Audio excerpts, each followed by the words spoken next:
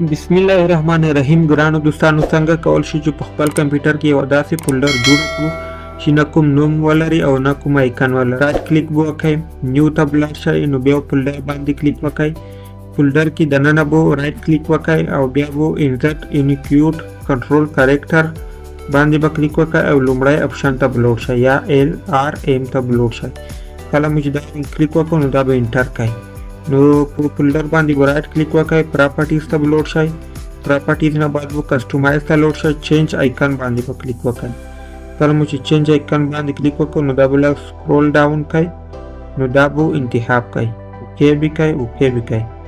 نو تاسو کولی شئ چې خپله فولډر پټه ده. نو اوس زما سکرین ریکارډ چلند دی ځکه دلته توره پرده ښایي. کله چې ستاسو خپله دغه فولډر باندې ټرای وکړئ نو تاسو ته به خپله معلومه شي. ویډیو مو خوښه شوې نو زما یوټیوب چینل در سره سبسکرایب کړئ.